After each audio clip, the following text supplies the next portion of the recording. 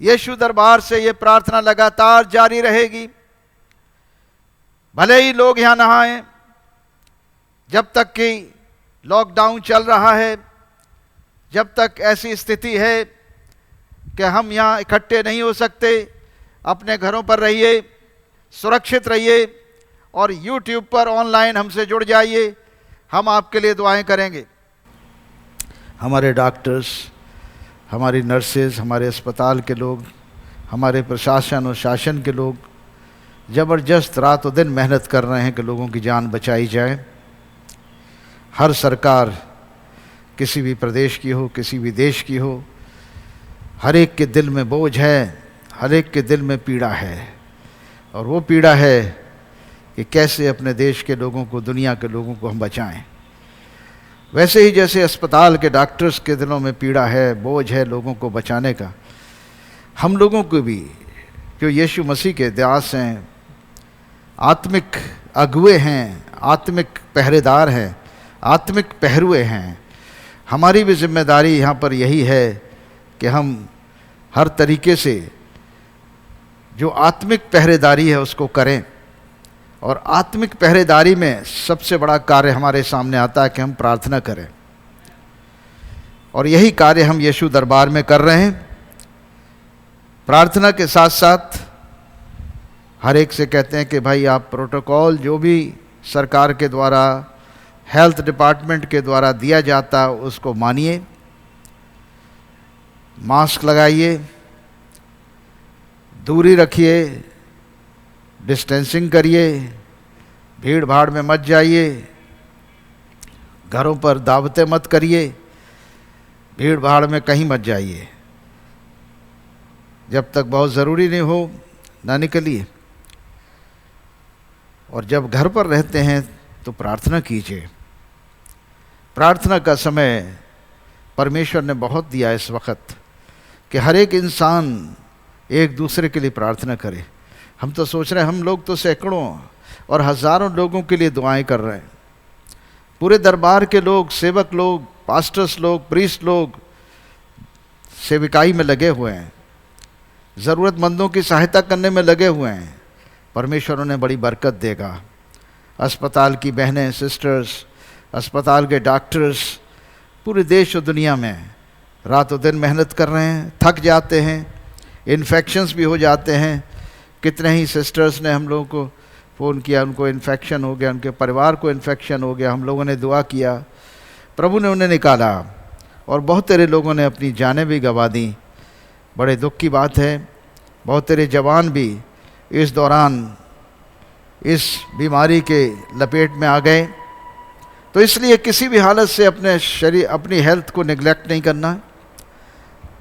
कैसा भी आपके शरीर में जो सिम्टम्स आते हैं, तुरंत आप डॉक्टर्स को दिखाइए, दवाई लीजिए और प्रार्थना कीजिए, क्योंकि डॉक्टर और अस्पताल परमेश्वर की इच्छा पूरी कर रहे हैं। प्रभु यीशु मसीह ने जब से उन्होंने अपनी सेविकाई शुरू की, पहले दिन से ही उन्होंने बीमारों को चंगा करना शुरू किया। साफ लिखा हुआ कि यीशु मसीह ने जब अपनी सेविकाई का शुरुआत किया तो प्रभु ने सीधे सीधे लोगों को चंगा करना शुरू कर दिया। लगातार कोढ़ियों को चंगा किए, दुष्ट आत्माओं को निकाला, मुर्दों को जिंदा किया, लकवे के रोगी को चंगा किया, बुखार बीमारियों में पड़े हुए लोगों को चंगा किया। लिखा है मरकुस के 1 अध्याय उसके 32 पद में, संध्या के समय जब सूर्य डूब गया तो लोग सब बीमारों को और उन्हें जिनमें दुष्ट आत्माएं थीं यीशु के पास लाए, और सारा नगर द्वार पर इकट्ठा हुआ। उसने बहुतों को जो नाना प्रकार की बीमारियों से दुखी थे चंगा किया, बहुत सी दुष्ट आत्माओं को निकाला, और दुष्ट आत्माओं को बोलने न दिया, क्योंकि वे पहचानती थी वो कौन है, क्योंकि वो परमेश्वर का पुत्र है। इसलिए वो दुष्ट आत्माओं को डांट कर निकाल देता था। तो अस्पताल, डॉक्टर्स, नर्सेज, हमारा जो विज्ञान है वो भी मनुष्यों की तंदुरुस्ती के लिए काम कर रहा है। तो ये जो कार्य अस्पताल, डॉक्टर्स, नर्सेज कर रहे हैं वो भी परमेश्वर की ही इच्छा है। प्रभु ने हमें बुद्धि समझ दी है कि उस कार्य को करें। और जब प्रभु यीशु मसीह 2000 साल पहले बीमारों को चंगा कर रहे थे, उस वक़्त अस्पताल नहीं थे कहीं आसपास, हॉस्पिटल नहीं होते थे, वैद्य होते थे, डॉक्टर छोटे होते थे, लेकिन कोई फॉर्मल मेडिकल कॉलेज वगैरह नहीं हुआ करते थे 2000 साल पहले। लेकिन यीशु मसीह अपना हाथ रखते थे बीमारों पर और वो चंगे हो जाते थे। प्रभु यीशु मसीह ने इस सेवा को अपने 12 चेलों को दिया और 12 चेलों से कहा कि जाओ, पूरी दुनिया में जाओ, बीमारों को चंगा करो, दुष्ट आत्माओं को निकालो, मुर्दों को जिंदा करो, मुफ्त में तुम्हें मिला है, मुफ्त में दो। यानी ये सेवा हमारी मुफ्त में होगी। आत्मिक सेवा जो है उसका पैसा नहीं लग सकता, उसकी कीमत नहीं हो सकती है। परमेश्वर की आत्मा अगर आपको कोई वरदान देता है तो हम उसकी कीमत नहीं लगा सकते। वो ज़िंदगी बचाने का वरदान है। आपकी प्रार्थनाओं से लोगों की ज़िंदगियां बच जाती हैं। आप प्रार्थना करिए, डॉक्टर्स अपनी सेवा करेंगे, दवा देंगे, और आपका कार्य है आप प्रभु से प्रार्थना करें। लगातार प्रभु यीशु मसीह इस बात को कह रहे हैं कि प्रार्थना करो, प्रार्थना करो, और लगातार लोग प्रार्थना करते हैं, प्रभु उन्हें चंगा करता है। यीशु मसीह के चेले मत्ती रचित सुसमाचार उसके 10 अध्याय में लिखा है, यीशु ने अपने 12 चेलों को पास बुलाकर उन्हें अशुद्ध आत्माओं पर अधिकार दिया कि उन्हें निकाले और सब प्रकार की बीमारियों और सब प्रकार की दुर्बलताओं को दूर करें। मेरा सवाल है, सब प्रकार की बीमारियां, चाहे वो कैसी भी बीमारी क्यों न हो, परमेश्वर हमारा भला चाहता है। परमेश्वर दुनिया को मारना नहीं चाहता। बहुत सारे लोग कह रहे हैं, अरे तो ईश्वर की तरफ से आफत आई है। मेरे प्रियो, इतनी बड़ी गलती मत करो, ऐसा जजमेंट मत करो। परमेश्वर पिता है, वो प्रेम है, वो हमसे और आपसे और दुनिया से प्रेम करता है। वो दुष्ट मनुष्यों को भी मारना नहीं चाहता। भाई, आप तो भले लोग हैं, क्यों आप ऐसी बात करते हैं कि प्रभु परमेश्वर की ओर से ये रोग और महामारी भेजी गई है? कतई नहीं। ये महामारियां हो सकता है हमारी गलतियों से हुई हो सकता है हमारे किसी प्रकार के विशेष अनुभवों के कारण हुई हों। इस प्रकार की महामारियां दूसरे तरफ से शैतान, जो मौत का दूत है, जो मनुष्य का दुश्मन है और परमेश्वर का दुश्मन है, वो एक आत्मा है, वो एक फरिश्ता है। ये वो फरिश्ता है जिसको परमेश्वर ने स्वर्ग से पृथ्वी पर गिरा दिया था और उसको निकाल दिया गया था। परमेश्वर की बीच से उसको निकाल दिया गया था। और इस प्रकार शैतान अपने करोड़ों फरिश्तों को लेकर स्वर्ग से नीचे गिरा दिया गया और उसे कोई और जगह न मिली, तो पृथ्वी पर उसे मनुष्यों ने असाइलम दे दिया, यानी उसे रेफ्यूजी का स्टेटस दे दिया। और उसी रेफ्यूजी ने पूरी दुनिया का हाल बुला कर दिया है। ये है शैतान, जो सारी दुनिया पर मुसीबत लाने में कामयाब हुआ है। लेकिन परमेश्वर ने हमें अकेला नहीं छोड़ा। परमेश्वर ने जब देखा कि शैतान ने दुनिया के ऊपर आक्रमण कर दिया है, बुरी तरह से दुनिया को सताया गया है, दुनिया के लोग बेचैन और बेहाल हो गए, तमाम तरह की बीमारियां और रोग भी मनुष्यों के ऊपर वो डालता है ताकि मनुष्यों का विश्वास जीवते परमेश्वर से हट जाए और लोग अविश्वास की अवस्था में आ जाएं। लोग ये भूल जाएं कि कोई परमेश्वर है, कोई सृष्टिकर्ता है। इस प्रकार से लगातार ये शैतान का कार्यक्रम हजारों साल से चल रहा है। लेकिन मेरे प्रियो, परमेश्वर का धन्यवाद हो कि उसने मनुष्यों से प्रेम करना नहीं छोड़ा। इसलिए बाइबल में यूहन्ना के 3 अध्याय 16 पद में लिखा है कि परमेश्वर ने जगत से ऐसा प्रेम रखा कि उसने अपना इकलौता पुत्र भेज दिया, यानी यीशु मसीह को भेज दिया मनुष्य बनाकर, ताकि जो कोई उन पर विश्वास करे वो नाश न हो परंतु अनंत जीवन पाए।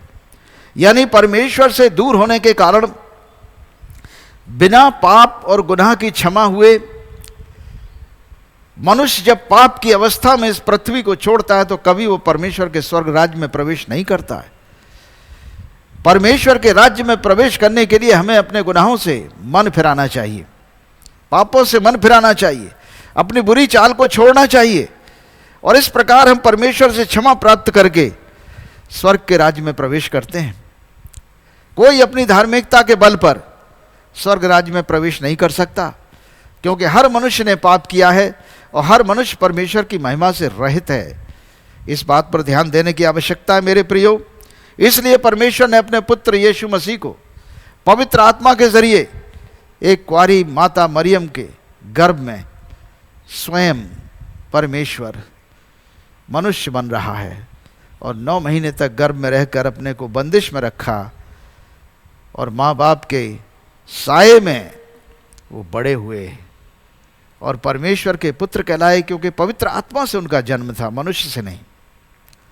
और इस प्रकार उन्होंने जीवन में पवित्र रहकर सब कुछ भला काम किया और परमेश्वर के राज्य का प्रचार किया, और उन्होंने परमेश्वर के राज्य की बात की, मनुष्य के राज्य की बात नहीं की।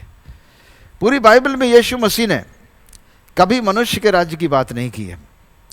इसका अर्थ यह है कि एकमात्र सृष्टि का राजा और महाराजा, सृष्टिकर्ता ही हमारा राजा है। एकमात्र सृष्टिकर्ता ही यहोवा परमेश्वर ही हमारा राजा है, और उसके अलावा कोई राजा नहीं हो सकता। हम अगर पृथ्वी पर राजा के रोल कर रहे हैं तो हम उसके सेवक हैं। हम परमेश्वर के प्रतिनिधि होकर एक राजा के रूप में देश में काम करते हैं, एक अधिकारी के रूप में देश में काम करते हैं, परंतु हमारा हिसाब किताब हमें ईश्वर को देना पड़ेगा। इसीलिए राज धर्म की बात की जाती है। जब कभी कोई भी किसी भी पार्टी का व्यक्ति क्यों न हो, किसी भी धर्म का व्यक्ति क्यों न हो, अगर उसको राज्य का अधिकार मिलता है तो वो राजा है, और वो राजा राज धर्म का निर्वाह करता है, और उसके सामने न कोई जाति है न कोई धर्म है। इसीलिए गवर्नमेंट को कहते हैं कि गवर्नमेंट का कोई रिलीजन नहीं होता है, क्योंकि परमेश्वर का कोई रिलीजन नहीं होता। परमेश्वर जब सूरज चमकाता है, ज्योति देता है, तो हर एक मनुष्य पर दे रहा है। हर जाति, हर भाषा, हर कुल के लोगों पर सूर्य की रोशनी देता है। तो वो सूर्य का सृष्टि करता है भाई। जब उसकी सृष्टि भेदभाव नहीं करती है, हवा भेदभाव नहीं करती, पेड़ पौधे भेदभाव नहीं करते, बरसात और बादल भेदभाव नहीं करते, तो इन सब का सृष्टिकर्ता जिसको हम परमेश्वर कहते हैं वो भेदभाव कैसे कर सकता है। इसीलिए जब वो अपने राज्य की, अपनी पूरी सल्तनत में, यानी जितने प्लैनेट्स हैं, जितने यूनिवर्स हैं और जितने सोलर सिस्टम हैं, उन सब का सृष्टिकर्ता ईश्वर जब किसी मनुष्य के हाथों में राज्य का काम देता है तो वो उससे हिसाब भी ले सकता है। इसलिए हमें अपनी अपनी जगह पर जिम्मेदारी के साथ कार्य करना चाहिए, राज धर्म का निर्वाह करना चाहिए। और राज धर्म है सारी मानव जाति हमारे सामने एक है। हम सब एक ईश्वर की सृष्टि हैं और हम सब एक पिता की संतानें हैं। भले ही आप माने हमें न माने, आप हमारे मार्ग में चलते हो या नहीं चलते हो, हम आपका आदर करेंगे, हम आपका सम्मान करेंगे, हम आपसे प्रेम करेंगे, और जब भी मौका मिलेगा आपकी भलाई ही करेंगे, बुराई नहीं कर सकते, क्योंकि हम प्रभु यीशु मसीह की आज्ञा मानने वाले उसके चेले हैं। उसने साफ कहा है, बुराई के बदले बुराई नहीं, परंतु बुराई को भलाई से जीतो। प्रभु ने हमें शक्ति दी है भलाई करने की, हम भलाई करें। इस वक्त हम एक मरकुस रचित सुसमाचार उसके 11 अध्याय लिखा है कि प्रभु यीशु मसीह 12 पद से कि दूसरे दिन बैतनिया से निकले और उन्हें भूख लगी, और दूर से एक अंजीर का एक हरा पेड़ देखकर उसके निकट गए, क्या जाने उसमें कुछ फल पाएं। पर पत्तों को छोड़ उसमें कुछ न पाया, क्योंकि फल का समय न था। इस पर उसने उससे कहा, पेड़ से कहा, अब से तेरा फल कोई न खाए। और चेले सुन रहे थे। 20 पद से लिखा है इसी अध्याय में, मरकुस के 11 अध्याय में उसके 20 पद से, फिर भोर को जब वे उधर से जाते थे तो उन्होंने उस अंजीर के पेड़ को जड़ तक सूखा हुआ देखा। पतरस को ये बात स्मरण आई और उसने उससे कहा, हे रब्बी, ये अंजीर का पेड़ जिसे तूने श्राप दिया था सूख गया है। यीशु ने उसको उत्तर दिया, परमेश्वर पर विश्वास रखो। क्या कहा? परमेश्वर पर विश्वास रखो। Have faith in God. मैं तुमसे सच कहता हूं कि जो कोई इस पहाड़ से कहे तो उखड़ जा और समुद्र में जा पड़, और अपने मन में संदेह न करे वरन प्रतीति करे जो मैं कहता हूं वो हो जाएगा, तो उसके लिए वही होगा।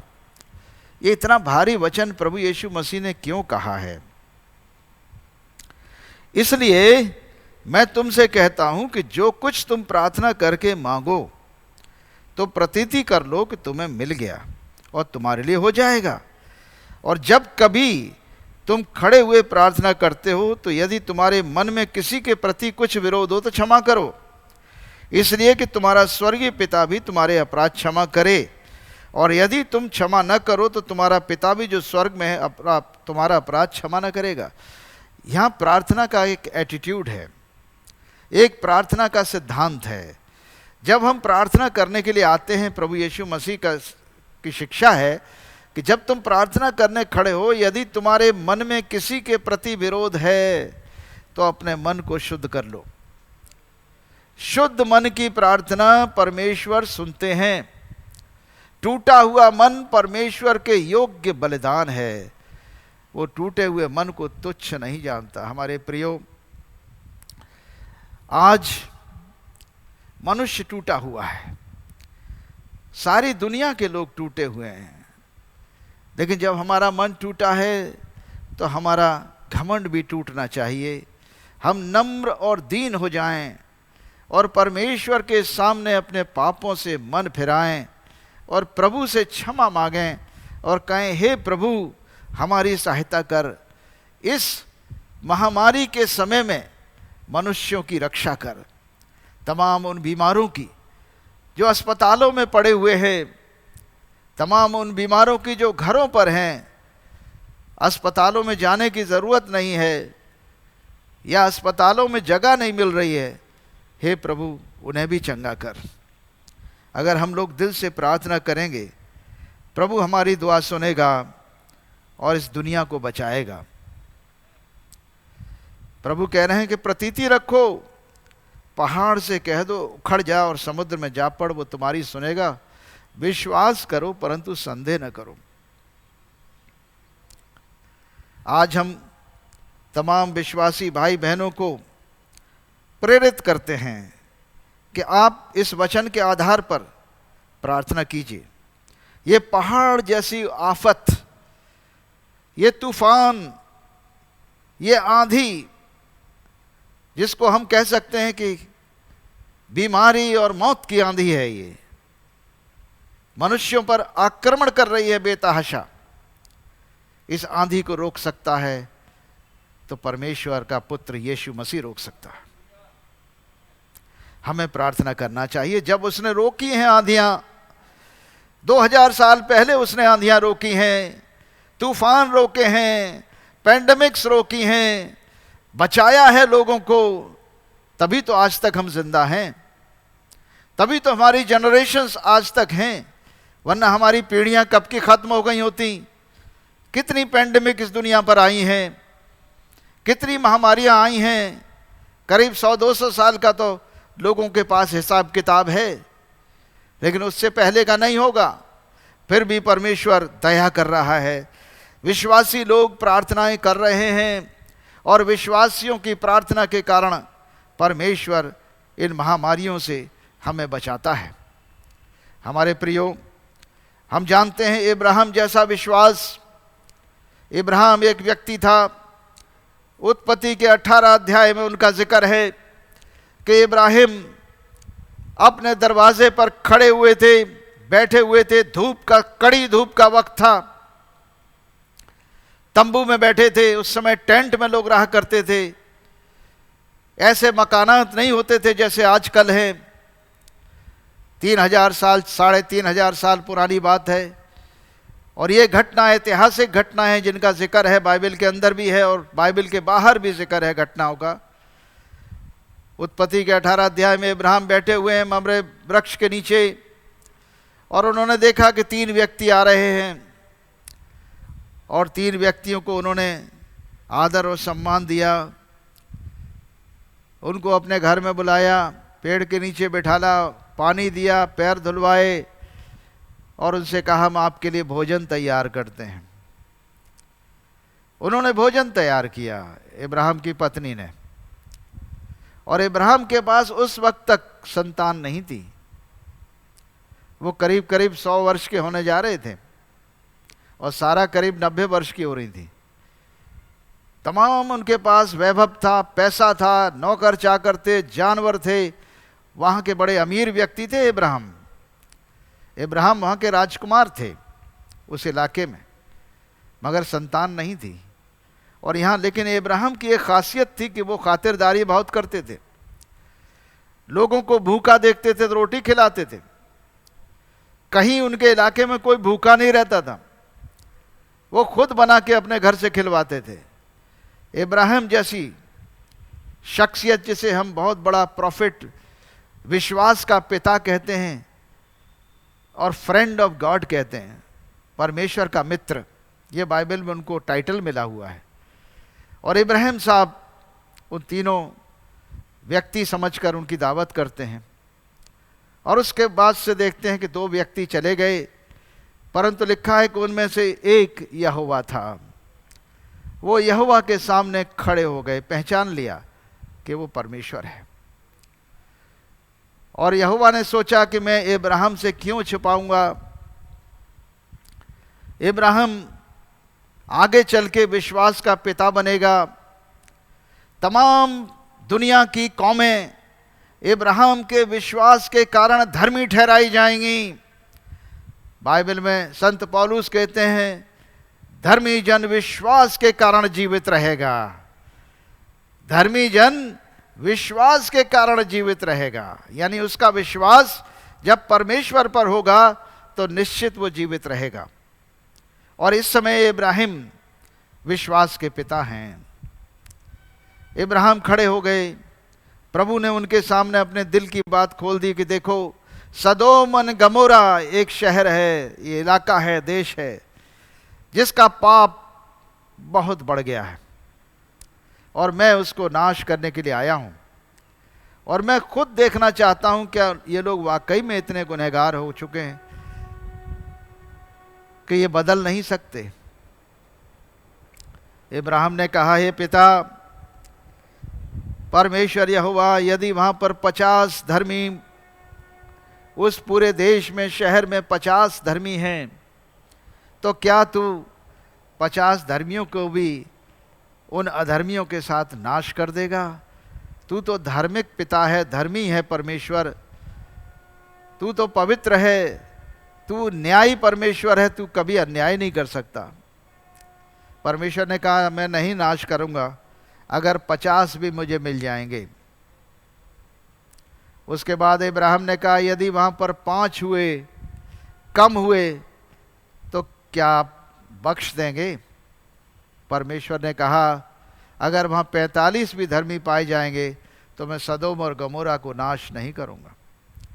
इब्राहिम ने कहा, परमेश्वर मुझे क्षमा करे, यदि वहां पर 40 हुए तो? प्रभु ने कहा, 40 भी होंगे तो नाश नहीं करूंगा। उसने कहा, अगर 30 हुए तो? कि तब भी नाश नहीं करूंगा। अगर 20 हुए वहां पर तो? कि तब भी नाश नहीं करूंगा। इब्राहिम ने कहा, प्रभु मुझे माफ कर दे, अगर वहां पर 10, आखिरी बार पूछ रहा हूं, अगर 10 भी हुए धर्मी व्यक्ति हैं जो परमेश्वर से भय खाने वाले हैं, सत्य पर चलने वाले हैं, बुराइयों से बचने वाले हैं, ईश्वर पर विश्वास करने वाले हैं, अधर्मी नहीं हैं, बुराइयों में मन नहीं लगाते हैं, अगर वहाँ 10 मिल जाएंगे तो क्या आप उस देश को दसों समेत नाश कर देंगे। उन्होंने कहा अगर 10 धर्मी मिल गए, 10 विश्वासी मिल गए उस शहर में, उस देश के अंदर, तो मैं उसका नाश नहीं करूंगा। मेरे प्रियो, कहानी उस वक्त खत्म होती है, घटना, ये सत्य घटना है, इसके ऐतिहासिक प्रमाण आज भी हैं। गंधक, सल्फर और आग की बारिश हुई थी, और वो इलाका इज़राइल के कोने में है, इज़राइल देश के पास है। वो जगह आज भी आप देख सकते हो, वहाँ सल्फर आज भी पड़ा हुआ है खुले में। वहाँ पर पूरा पूरा शहर जला हुआ दिखाई देता है आज भी, हजारों साल पुरानी घटना है। पूरे पूरे मकानात की शक्लें दिखाई दे रही, लेकिन सब राख हो चुका है। आर्कियोलॉजिकल एविडेंस है उसकी, कोई मना नहीं कर सकता कि ये शहर आग और गंधक से जलाए गए थे। क्या जानवर, क्या मनुष्य, सबको जला दिया गया था। लेकिन एक परिवार धर्मी था वहां, वो था इब्राहिम का भतीजा लूत और उसकी औलादें। फरिश्ता उन्हें रात में निकालकर बाहर ले जाता है, तब उसके बाद वहां पर आग गिरती। जब तक धर्मी पृथ्वी पर रहेंगे, जब तक धर्मी लोग पृथ्वी पर रहेंगे, पृथ्वी बचती रहेगी, ऐसी महामारियों से बचती रहेगी, ऐसे अकालों से, शैतान के आक्रमणों से बचती रहेगी। परमेश्वर उनके कारण हमारा युद्ध लड़ेगा। उन 10 धर्मियों के कारण यदि विनाश करने को कोई दुष्ट का शक्ति आती है, तो परमेश्वर उन 10 के कारण हमारे देश को, हमारे प्रदेश को, हमारे शहर को बचा लेगा। मेरे प्रियो, क्या आज 10 लोग आपकी कलीसिया में नहीं हैं? क्या 10 लोग आपकी कलीसिया में हैं?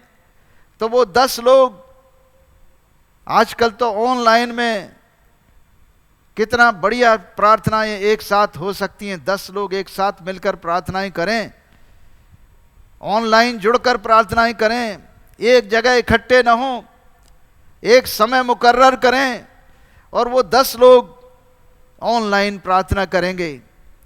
प्रभु का वचन कहता है कि वो हमारे देश, हमारे प्रदेश, हमारी पृथ्वी की रक्षा करेगा, हमें बचाएगा और हमें निकालेगा। लेकिन हमारी प्रार्थना कभी खाली नहीं जाएगी। इसलिए मैं तुमसे कहता हूं कि जो कुछ तुम प्रार्थना करके मांगो तो प्रतीति कर लो, तुम्हें मिल गया और तुम्हारे लिए हो जाएगा। परमेश्वर देख रहा है सारी पृथ्वी पर। लिखा है बाइबल में कि परमेश्वर की आंखें सारी पृथ्वी पर डोल रही हैं, ताकि वो अपनी भलाई करने में, हमारी भलाई करने में अपनी सामर्थ्य को दिखाए। परमेश्वर बर्बाद करने में अपनी सामर्थ्य नहीं दिखाना चाहता है, नाश करके अपनी सामर्थ्य नहीं दिखाना चाहता है। परमेश्वर हमें बचाकर, हमें चंगा करके, हमें रोग रहित करके अपनी महान सामर्थ्य दिखाना चाहता है मेरे प्रियो। और इसीलिए उसने अपने बेटे को इस पृथ्वी पर भेज दिया और उस पर मनुष्य जाति के सारे पाप और सारे श्राप, रोग और बीमारियां, सब कुछ उसकी पीठ पर लाद दी। और पाप का दंड मृत्यु परमेश्वर के पुत्र यीशु ने एक परमेश्वर का मेमना बनकर पूरी दुनिया के लिए कुर्बानी दे दी। उन्हीं के कोड़े खाए जाने से हम चंगे होते हैं। यदि आज आपके शरीर में चंगाई की आवश्यकता है, तो यीशु मसीह का वचन कहता है वो हमारे अपराधों के लिए घायल किया गया, वो हमारे अधर्म के लिए कुचला गया, हमारी शांति के लिए उस पर ताड़ना पड़ी, ताकि उसके कोड़े खाए जाने से हम चंगे हो जाएं। सेंट पीटर प्रभु के चेले हैं। पहला पत्रस 2:24 में कहते हैं, अपनी आंखों देखी घटना। यशाया 53 में यह भविष्यवाणी थी और पहला पत्रस 2:24 में यह घटना आंखों देखी घटना है। पत्रस ने यीशु को क्रूस पर चढ़ते हुए देखा है, दुख उठाते हुए देखा है। पत्रस ने यीशु को कब्र में गाड़ते हुए देखा है, हजारों लोगों ने देखा है। और तीसरे दिन मुर्दों में से जी उठने के बाद भी इन हजारों चेलों ने यीशु मसीह के दर्शन पाए हैं और उनसे आशीष पाई है। उन्होंने पवित्र आत्मा भेजा ताकि हम सब पृथ्वी पर सहायता को प्राप्त करें, विश्वास को प्राप्त करें। विश्वास का आत्मा भेजा, हम ग्रहण करें, संपूर्ण मानव जाति चंगी हो। हम ये प्रार्थना करते हैं यीशु नासरी के नाम से। और जो कुछ तुम मेरे नाम से मांगोगे मैं वही करूंगा, कि पुत्र के द्वारा पिता की महिमा हो। यदि तुम मुझसे मेरे नाम से कुछ मांगोगे तो मैं उसे करूंगा। हाँ प्रभु, हम आपके नाम से मांग रहे हैं। आज पृथ्वी करा रही है, पूरा दुनिया करा रही है। मनुष्य के दुख को देख लीजिए, हमारे पापों को क्षमा कीजिए, पृथ्वी के पाप क्षमा कीजिए, हमारी प्रार्थना सुन लीजिए और हमारी मानव जाति को, हमारे देश को, हमारे प्रदेश को, हमारे शहर को बचा लीजिए। हे प्रभु, पहला कुरिन्थियों उसका 3 अध्याय और 16 पद कहता है, क्या तुम नहीं जानते कि तुम परमेश्वर का मंदिर हो और परमेश्वर का आत्मा तुम में वास करता है। यदि कोई इस मंदिर को छुएगा, इस मंदिर को नाश करेगा, तो परमेश्वर उसका नाश करेगा। हे परमेश्वर पिता, ये आपका वचन है। हम प्रार्थना करते हैं, हम कहते हैं कि मेरा शरीर और तमाम उन धर्मियों का, विश्वासियों का, अविश्वासियों का, प्रभु आप ही का तो मंदिर है। सभी में आपने, सबके नथनों में आपने सांस फूकी थी और मनुष्य जीवता प्राणी बन गया था। बाइबल के अनुसार प्रभु, जब आपने मनुष्य बनाया तो उत्पत्ति के 2 अध्याय और 7 पद में लिखा है कि परमेश्वर ने मिट्टी से मनुष्य को रचा और उसके नथनों में अपना सांस फूका और मनुष्य जीवता प्राणी बन गया। हे प्रभु, हमारे देश और हमारी दुनिया को बचा लीजिए। हम प्रभु यीशु के नाम से प्रार्थना करते हैं, आमीन। बोलिए जय यीशु।